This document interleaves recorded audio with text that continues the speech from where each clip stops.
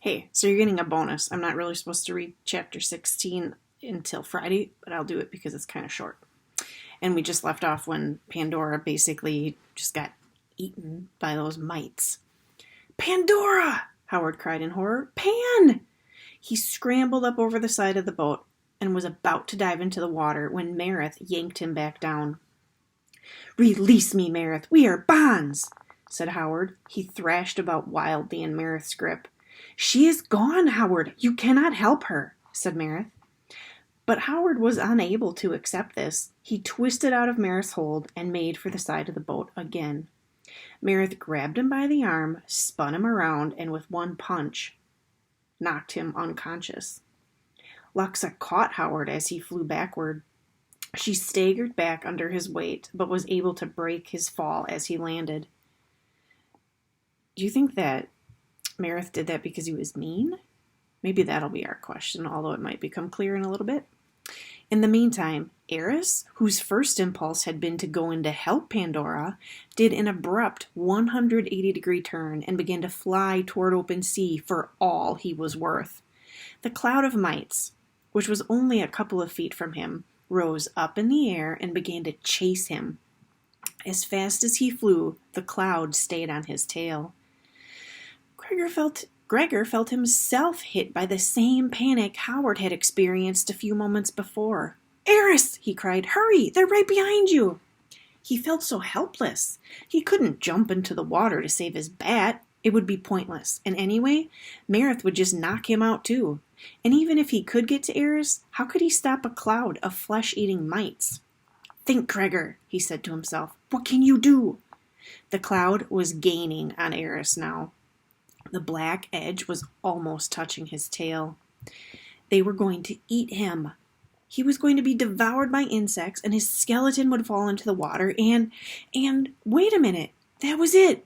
Dive, Eris, Gregor screamed. Dive into the water. At first, Gregor wasn't sure the bat had heard him. Dive, he shrieked. And as the mites began to merge over the line of Eris's tail, the bat dove into the water. Gregor wasn't sure exactly what he thought would happen, but it seemed like people sometimes got into water to escape from bugs. Bees and things, anyway. If Eris was in the water, they couldn't get him. That was as far as his plan went. It was somewhat limited in effectiveness since, of course, Eris would soon have to come up for air. But it turned out that Gregor had thought of the right thing, after all, because just then, the fish, all the wonderful fish, surfaced and began to feast on the mites.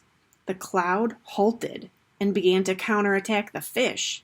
When Eris came up for air, the mites had forgotten him and were busy battling a new enemy and a potential meal.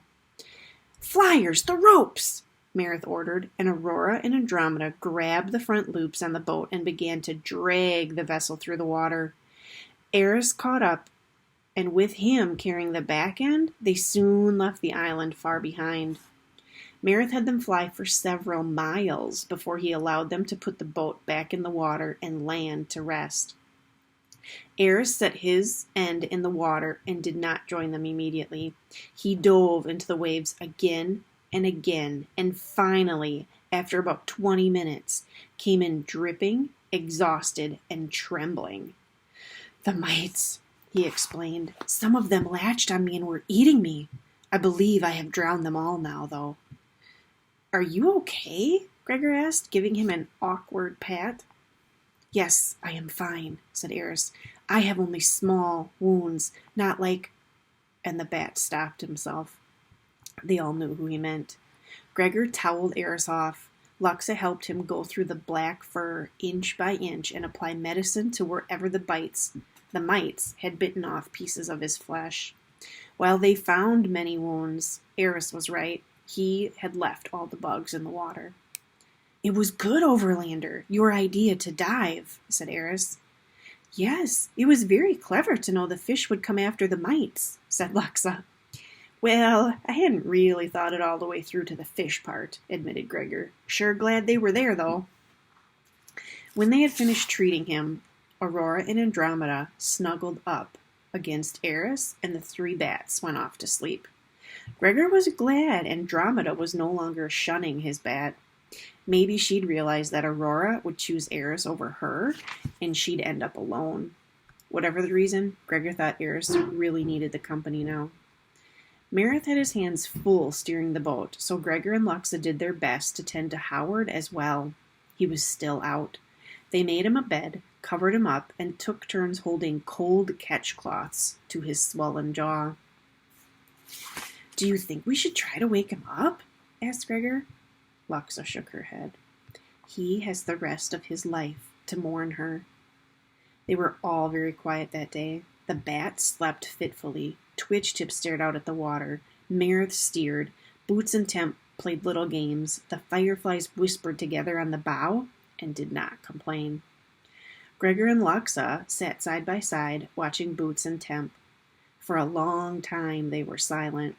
Gregor kept reliving Pandora's horrific death in his head, and he suspected Luxa had been doing the same. Finally, as if she couldn't stand it anymore, Luxa spoke up. "Tell me about the overland, Gregor." She said. "Okay," he said, badly in need of a distraction himself. "What do you want to know?" "Oh, anything. Tell me what one day is like, from rising to sleep," she said. "Well, it's really different depending on who you are," said Gregor. "Then tell me about one of your days," said Luxa. So he did. He told her about the last day he'd been up there, since it was freshest in his mind. He told her about how it was Saturday, so there was no school, and how he'd helped Mrs. Carmacci make scalloped potatoes and bought Lizzie the puzzle book, and then had taken Boots sledding. He didn't dwell on the lack of food or his dad's illness, since talking about those things made him feel more anxious, and there was enough bad stuff going on around him. He concentrated on the nicer parts of the day. Luxa would ask a question here or there, usually if he used an unfamiliar word, but mostly she just listened. When he was finished, she sat thoughtfully for a few minutes. Then she said, "I wish I could see the snow." "You should come up sometime," Gregor said, and she laughed. "No, really, you should come up for a day, or a few hours at least. It's pretty cool, where I live. I mean, it's not a palace or anything, but New York City is something else." "You do not think overlanders would find me strange?" asked Luxa.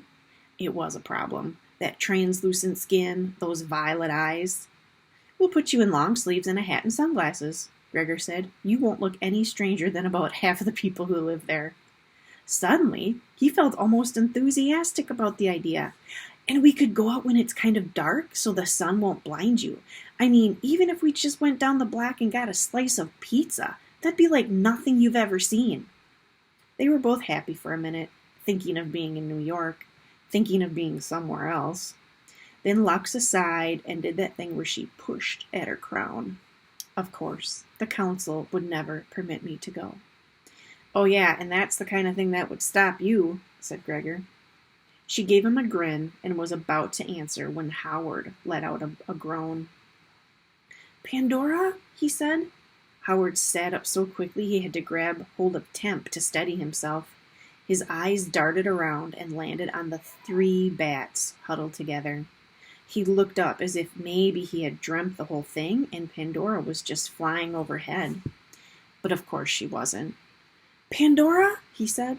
His hand touched his bruised jaw, and he turned to Meredith. "You could not save her, Howard. None of us could," Meredith said gently. Gregor could almost see it, the whole weight of Pandora's death coming down on Howard, crushing him. The Underlander dropped his face into his hands and began to sob. It was heartbreaking to watch. Boots went over and patted him on the back of the neck. "Okay, you okay, baby," she said soothingly. This was what they said to her when she was upset. Her sweetness only seemed to make Howard cry harder. Boots looked over at her brother. "Kiko, he cry." Gregor knew she wanted to help him, to make it better, but he didn't have a clue what to do. Then something unexpected happened. Luxa stood up, her face paler than usual. She went to her cousin, sat beside him, and put her arms around him. Pressing her forehead into his shoulder, she said, "She will fly with you always. You know this. She will fly with you always." Howard buried his face in her lap. She leaned her cheek against the top of his head, and it was a long time before either of them stopped crying. So that is the end of chapter 16. And the question that you can focus on is, one, do you think it's a big deal that Luxa was crying? And two, what do you think just happened between, to Luxa and Howard's relationship? They're cousins, but they don't like each other, or she doesn't like him. So what do you think just happened with the two of them? Do you think things will be better? Do you think it'll just go back to the way they were? You tell me what you think. All right, so that's the end for Thursday. See you later.